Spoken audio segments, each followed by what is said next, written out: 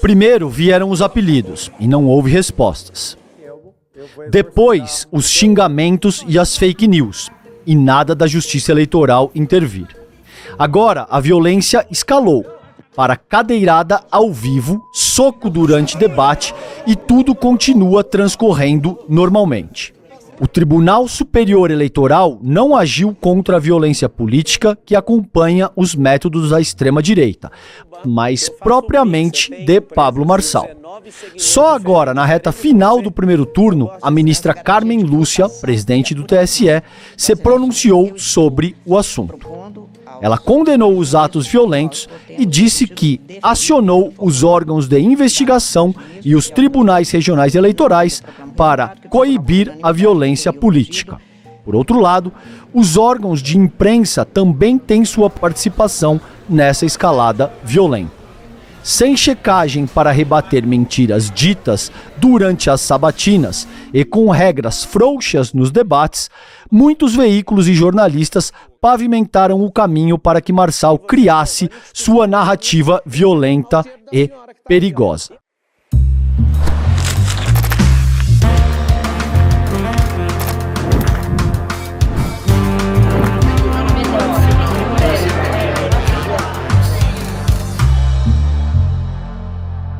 Olá, comunidade CL, seja muito bem-vinda para mais uma edição do Em Detalhes, o seu videocast diário com os temas mais pertinentes do momento. Hoje, comigo, César Calejon. Estou aqui com a difícil missão de substituir minha queridíssima Gabi Varela.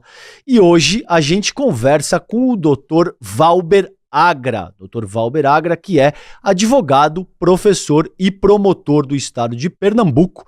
A gente vai conversar com o Dr. Valber Agra sobre essa situação do pleito para a Prefeitura de São Paulo e de tudo isso que tem acontecido recentemente, sobretudo considerando a atuação da Justiça Eleitoral. Dr. Valber, bem-vindo ao Em Detalhes, prazer falar com o senhor. Para mim é uma honra e um prazer ser entrevistado por alguém da sua estatura intelectual. É um prazer sempre. O prazer é todo meu, querido. Doutor, vamos começar um pouco por essa questão. A gente, ao longo das últimas semanas, viu uma série de disparates aqui no pleito pela Prefeitura de São Paulo, em algumas ocasiões, incluindo agressões físicas, inclusive, e tudo isso se deve a todo um cenário de violência verbal, de excessos que, em alguma medida, foram tolerados. Eu gostaria de começar a conversa com o senhor lhe perguntando: o senhor acha que caberia uma ação mais decisiva, mais enfática da própria Justiça Eleitoral? E, nesse caso, quem deveria agir considerando os excessos que a gente viu ao longo das últimas semanas? Veja, César, a deusa da justiça, ela tem uma venda em um dos olhos. Porque se a atividade judicial ela for excessiva, pode se transformar em censura. Então, nós temos aí dois perigos muito eminentes. O primeiro é a inércia e outro é o excesso. Então, essas medidas mais fortes, que nós no direito chamamos de ação, devem ser feitas, essas ações, pelos players da Prefeitura de São Paulo. Não cabe ao judiciário fazer a ação, cabe ao judiciário julgar essa ação.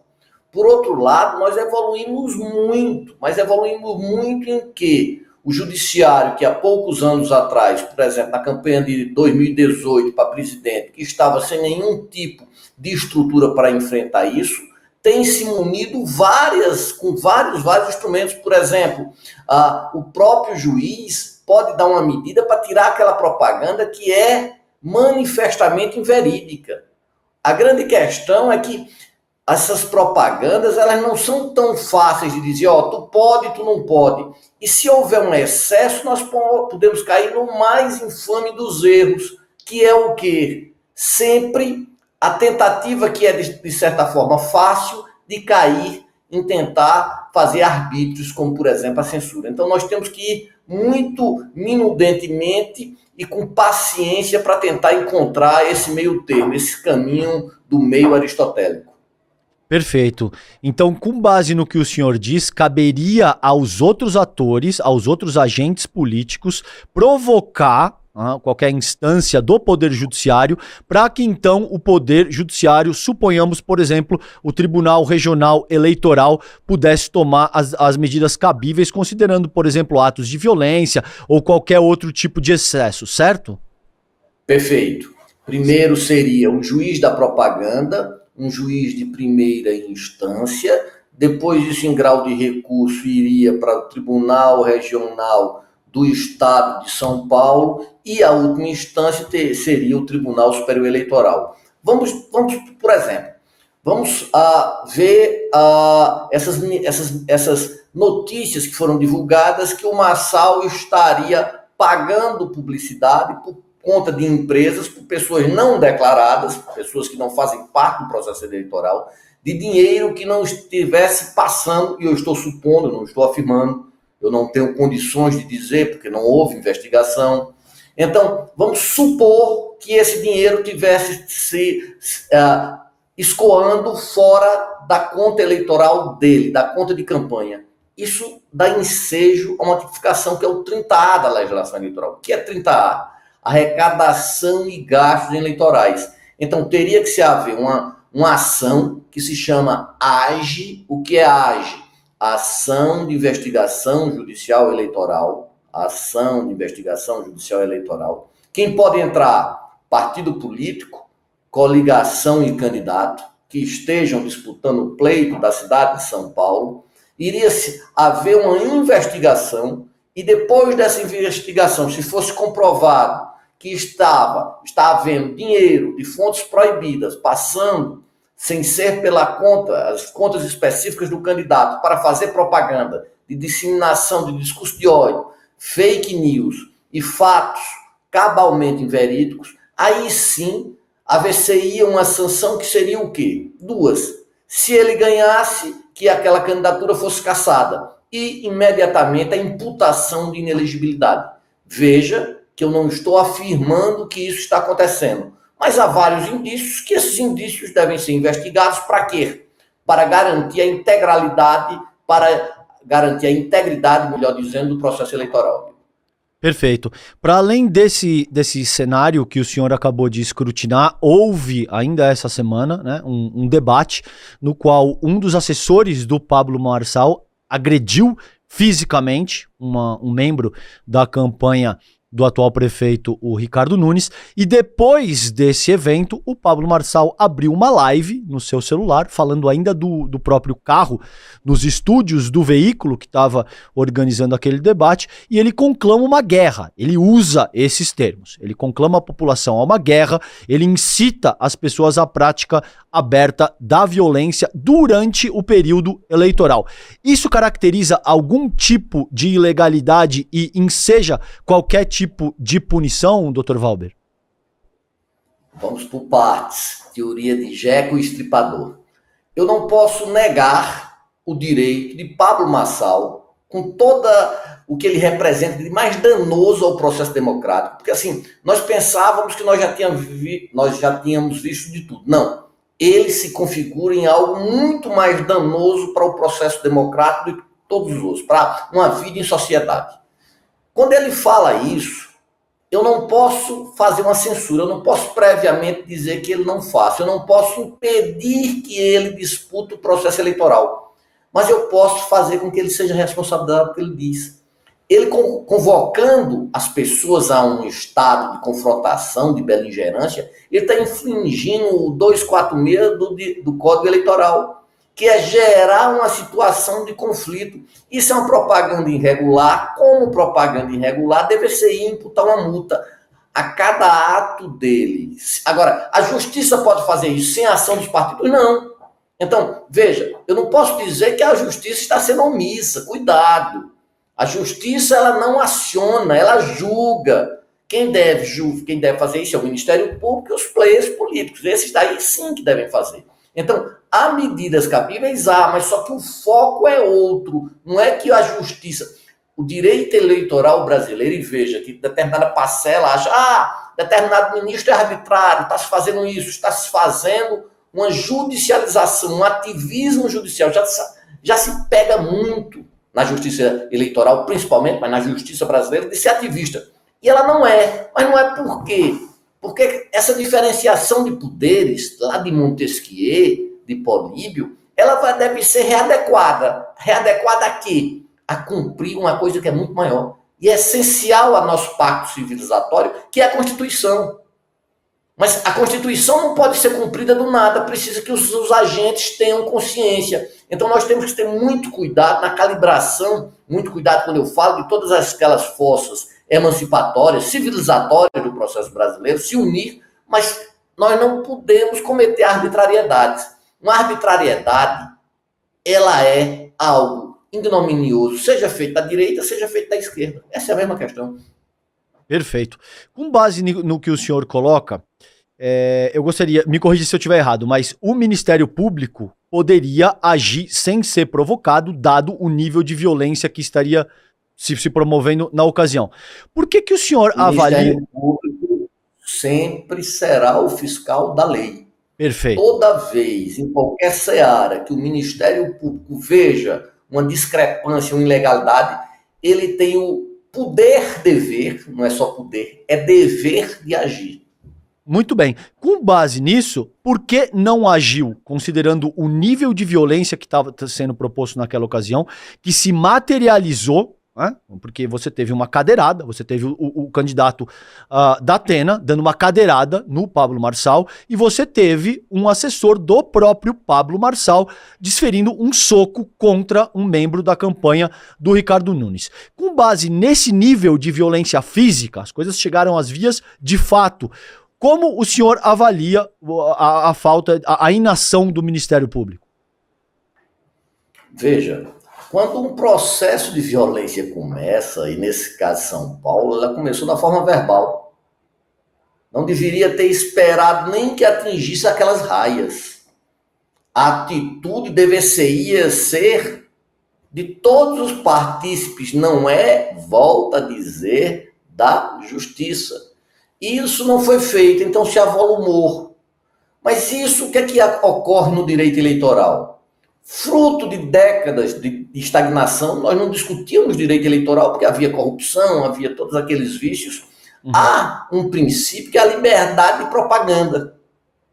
E esse princípio, como por exemplo, o princípio absoluto da liberdade de expressão, que não existe mais, ele povoa a mente ainda de vários operadores do direito. Eu não estou afirmando, mas essa pode ser uma justificativa para essa inação.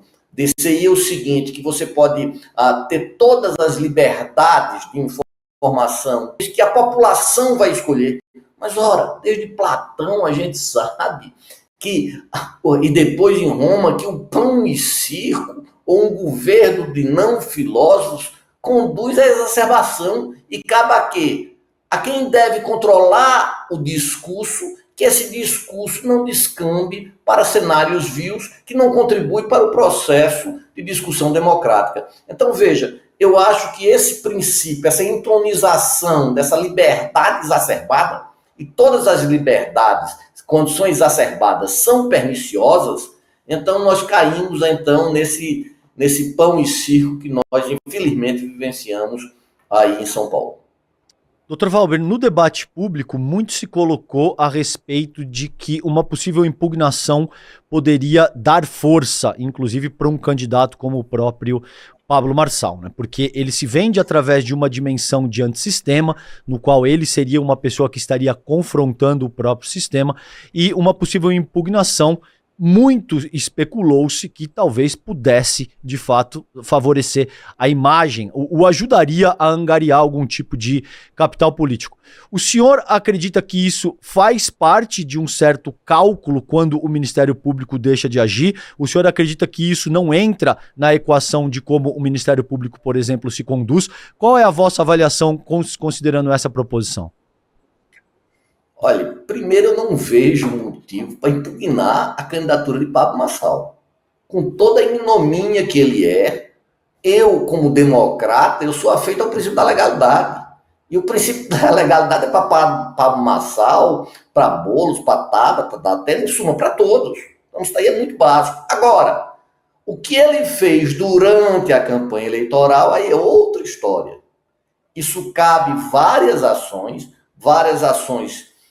não tão graves, que pode dar pena de multa, ações bem mais graves, que podem dar inelegibilidade, ações que podem fazer com que ele perca tempo no horário gratuito eleitoral, e ações que, se ele ganhe, ele perca o mandato. Agora, o direito dele ser candidato, nós podemos discutir a viabilidade de partidos como esses, que são partidos de aluguéis. Nós já deveríamos ter banido isso daí. Mas essa discussão, veja, toda vez quando nós não conseguimos um debate progressista, nós achamos que o direito deve fazer esse trabalho. Mas isso não é de agora, não. Isso começou em Warren, nos Estados Unidos da América, na década de 60. Quem deu as garantias institucionais aos negros não foi o parlamento norte-americano, não. Foi a Suprema Corte. Mas veja, isso, sem um discurso, isso seria a mesma saída? Onde nós sabemos que há um corte, um crivo extremamente classista no Poder Judiciário brasileiro, onde todo membro do judiciário... O interessante é que o serviço público de certas elites do judiciário brasileiro se acha da classe A, não se acha nem da classe B. Ou seja, toma como parâmetro seu todo aquele discurso que não é um discurso preocupado com a nação, preocupado com o regime democrático. Isso nós devemos ter bem muito claro. Por quê? Nós não podemos ser essa discussão na sociedade, dizer, o judiciário faça esse trabalho, mas fazer um trabalho sem estar amparado na lei.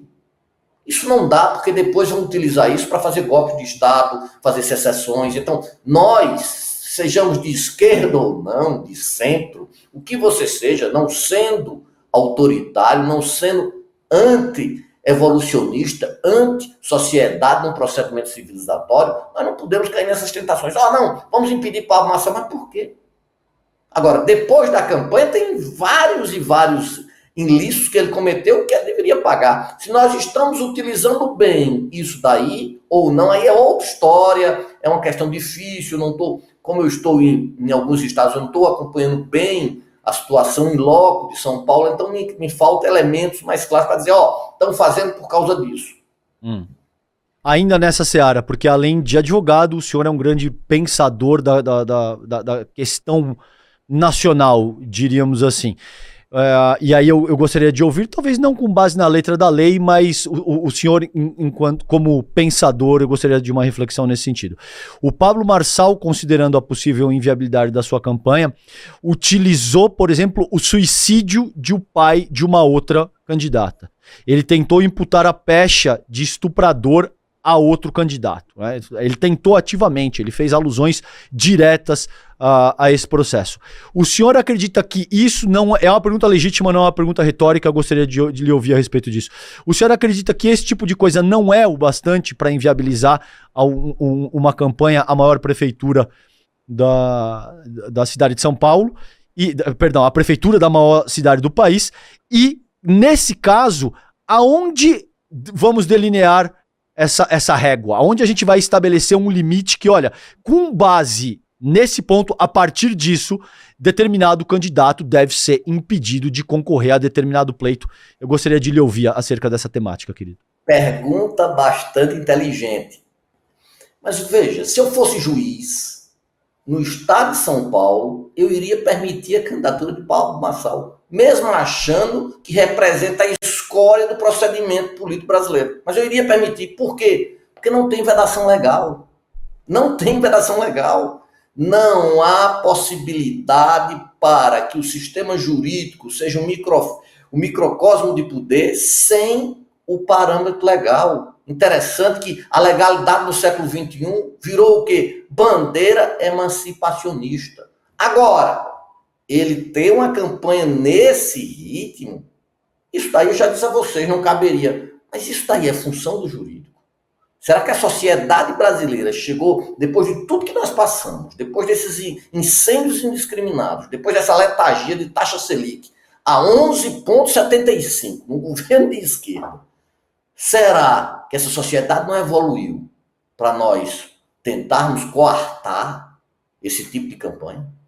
Será que os partidos políticos, será que a pressão da sociedade para que partidos políticos tivessem uma representação, se os partidos políticos fossem verticalizados, Marçal não existiria. o partido dele também não existiria.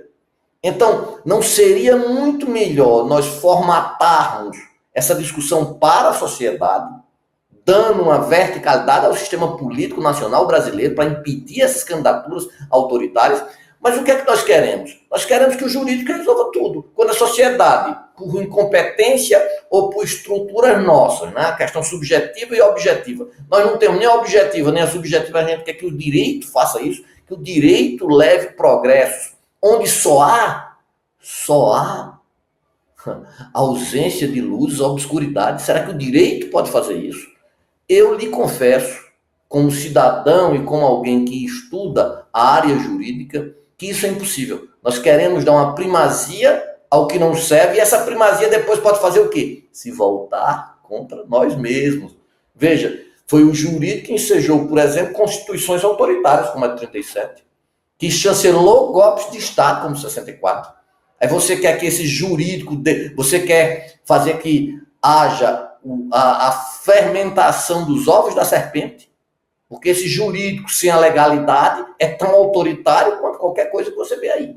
Então eu tenho muito medo desse jurídico sem parâmetros legais. Então eu prefiro, se eu fosse juiz do TRE de São Paulo, com muito orgulho e uma honra para mim, eu iria, infelizmente, mas seguindo o parâmetro da Constituição, liberando a candidatura do senhor Pablo Marçal, e se ele cometeu, como ele cometeu essa série de assínteses, assim, assínteses, é coisa até jocosa ver onde é que nós estamos no nosso nível político. Porque se nós tivéssemos um debate mais racional, não existiria Pablo Marçal. Perfeito. Perfeito. Em 1937, que o senhor faz alusão à instauração do Estado Novo, e em 1964 é o golpe empresarial, militar, cívico de 1964. Perfeito. Acho que são dois exemplos claros do porquê que a gente deve ter esse tipo de cuidado quando a gente está tratando desse tema ao qual o senhor se posiciona muito bem. Dr. Valber, a gente está caminhando aqui para o fim da nossa conversa, mas tem uma questão que eu acho que é um tema muito premente e que eu gostaria de explorar ainda nesse programa com o senhor, que são as eleições de 2026. Porque com base nisso que o senhor ressaltou, muito provavelmente outros candidatos vão emular o comportamento do Pablo Marçal, porque a gente vive numa economia da atenção, no qual as pessoas percebem que o ultraje, que o conflito pode ser utilizado de uma forma muito competente para angariar capital político, e muito provavelmente isso vai ser reproduzido por outros candidatos, principalmente considerando o pleito presidencial de 2026.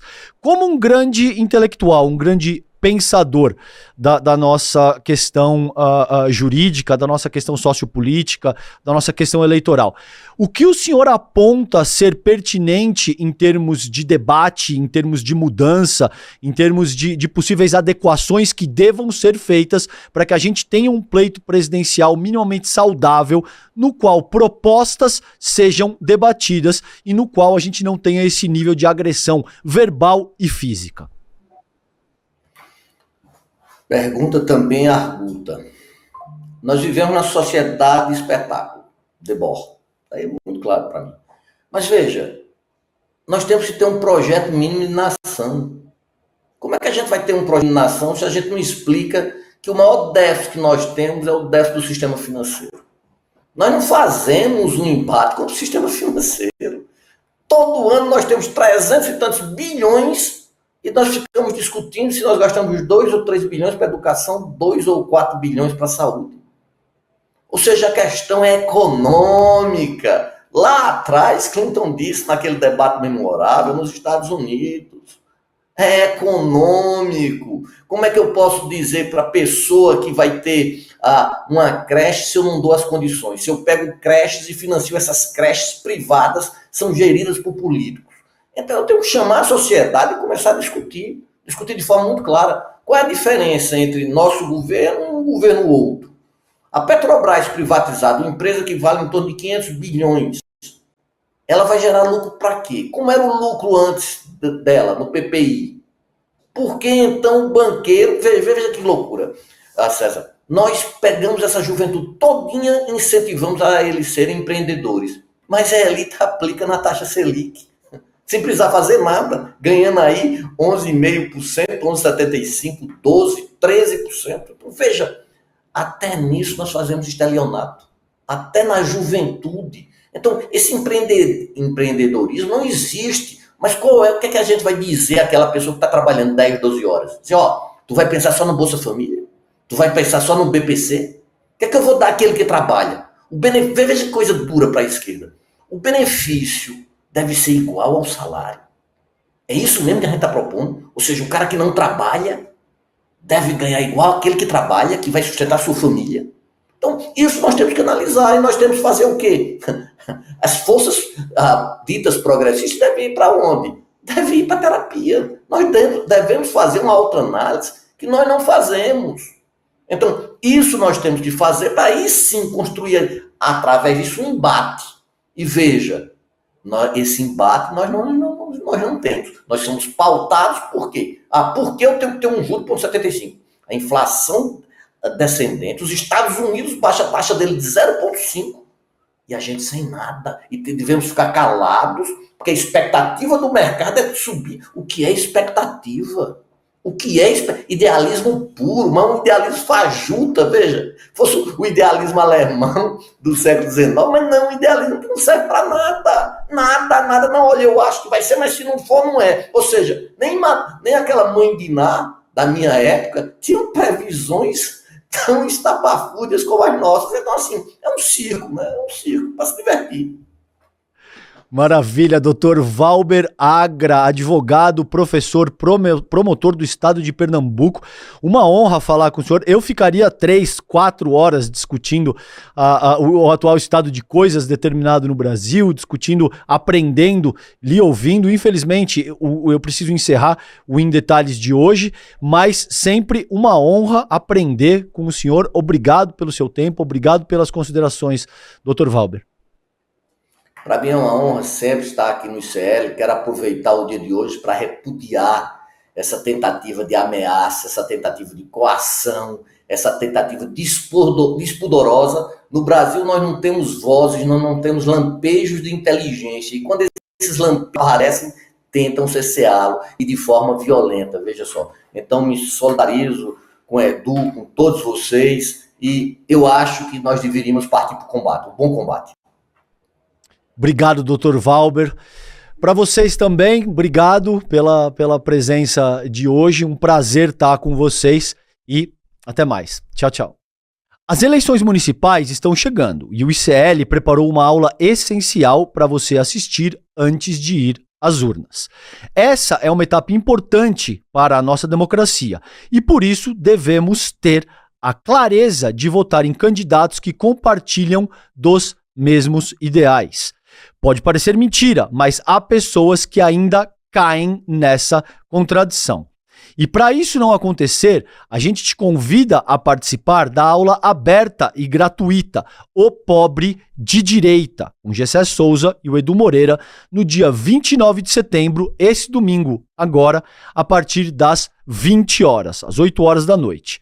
Será um debate de alto nível para entender como a manipulação política influencia no seu voto e descobrir como resistir às estratégias antes das próximas eleições. Faltam 2 dias, então garanta já a sua vaga. Acesse emdetalhesicl.com.br e faça sua inscrição agora mesmo. Faltam só 2 dias para nossa aula e lançamento do novo livro do Gessé Souza, O Pobre de Direita. Vai acontecer 29 de setembro, domingo, às 8 horas da noite. Uma aula histórica para ajudar a gente a entender um fenômeno que molda os rumos do país e molda também toda a parte política do país. Para você não perder, clica no link aqui embaixo e se inscreve. E se você já está inscrito, clica lá no lembrete, naquele sininho de notificações que tem no YouTube para você, enfim, tá junto com a gente no domingo. Uma aula histórica dessa é importante assistir. Um abraço e a gente se vê daqui a 2 dias.